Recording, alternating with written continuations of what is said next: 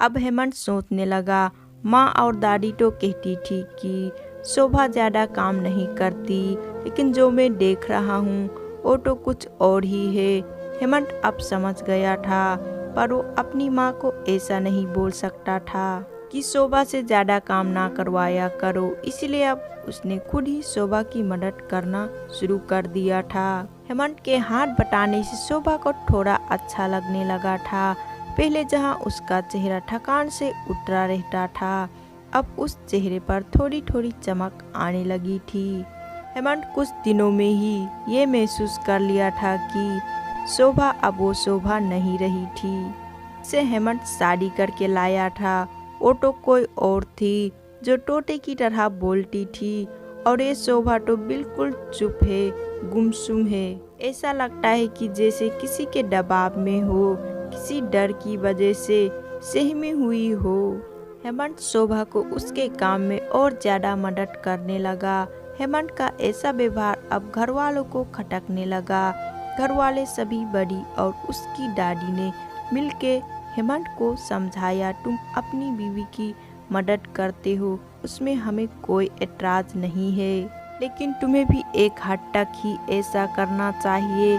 जब तक कि कोई तुम्हें ऐसा करता ना देख रहा हो, तब तक सब ठीक है, लेकिन जब कोई तुम्हें बीवी के होते हुए बर्तन धोता देखा तो वो अच्छा थोड़ी ही लगता है। और सोचो, आगे चलकर शोभा को तुम्हारी हेल्प की आदत पड़ गई तो तुम्हारा अपना काम में ध्यान लगाना मुश्किल हो जाएगा। हेमंत हमेशा से अपने परिवार वालों की बात मानता आया था। जिस तरह ने सब ने हेमंत को समझाया था, हेमंत भी उनकी बातों में आ गया। अब हेमंत शोभा की मदद करने से कतराता था।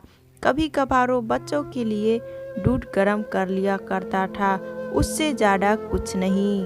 घरवाले ने हेमंत को विदेश जाने से मना कर दिया और कहे कि यहीं पर कुछ काम कर लो। हेमंत ने अब घर से ही ब्यूटी प्रोडक्ट्स ऑनलाइन बेचना शुरू कर दिए। उसका परिवार भी बढ़ गया था। अब उससे 2 बेटियां और 1 बेटा था। दोनों बेटियां स्कूल जाने लगी थी, लेकिन बेटा अभी भी छोटा था। जितना हेमंत कमाता था उतना सबके लिए काफ़ी ना था। काफ़ी सोच विचार करने के बाद हेमंत ने ये फैसला किया कि वो अब से शोभा के साथ शहर में जाकर रहेगा, जहाँ पर शोभा भी काम कर पाएगी और वो घर से ही अपने ब्यूटी प्रोडक्ट्स बेचना शुरू रखेगा। इस तरह से अपने पैसों की तंगी को पूरा करेगा। परिवार वाले ने भी हेमंत को इजाज़त दे दी। हेमंत चाहता था कि माँ भी उसके साथ रहे, लेकिन माँ को शहर में आना मंजूर ना था। बड़े भाई के साथ रहने लगी। शहर में अब शोभा नौकरी करती और हेमंत घर से ही ऑनलाइन अपने प्रोडक्ट्स बेचता। कई साल ऐसे ही बीत गए। शोभा घर का काम और बाद में बाहर का काम करके पहले से भी ज़्यादा थकी थकी रहने लगी। परिवार वालों की हेमंत के दिमाग में डाली बातें अभी भी उस पर असर करती थी। वो यहाँ पर भी शोभा का हाथ ना बटाया करता। हेमंत अब दिन रात अपने प्रोडक्ट्स बेचने में ही मसरूफ रहता। कभी कभी शोभा उससे कहती कि मुझे अच्छा नहीं महसूस हो रहा है, मुझे डॉक्टर के पास ले चलो। वो हाँ कह देता, लेकिन अपने काम में इतना खो जाता कि कभी उसको डॉक्टर के पास ले ही नहीं जाता। शोभा तो बीमार थी, लेकिन एक बार हेमंत बहुत ज़्यादा बीमार हो गया। इतना विराम हो गया कि उसे अस्पताल में भर्ती करवाना पड़ा। अस्पताल में हेमंत के पास सिर्फ शोभा थी और कोई नहीं। इतना विराम होने के बाद भी उसके परिवार वाले सिर्फ उससे मिलकर वापस अपने घर चले गए थे। उसका सहारा बनने के लिए, उसकी तकलीफ बांटने के लिए कोई भी उसके साथ नहीं था। बिस्तर पर पड़े और शरीर तकलीफ में गुजर रहे हेमंत को अपनों का ऐसा व्यवहार बहुत तकलीफ दे रहा था। फिर वो सोचा कि उसने भी तो शोभा के साथ जिंदगी भर यही किया है।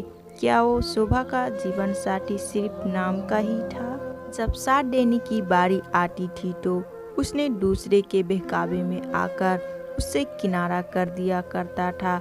यहाँ तक कि शोभा की खुद करके अपने मुंह से कहने के बाद भी उसकी तकलीफ को वो नज़रअंदाज करता आया था। हेमंत को अब अपना दर्द शोभा के दर्द के आगे मामूली सा लगने लगा। उसके दर्द को ना बांटकर उसने बहुत बड़ा गुनाह किया हो, ऐसा उसे लगने लगा। पछतावे के आंसू हेमंत की आंखों से बहने लगे।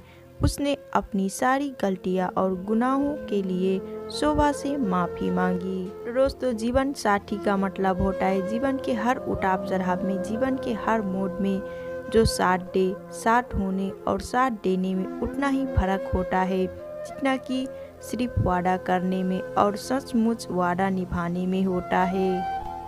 तो दोस्तों, कहानी आपको कैसी लगी? अगर पसंद आए होगा तो लाइक से सब्सक्राइब और अपना कीमती समय देने के लिए बहुत बहुत धन्यवाद।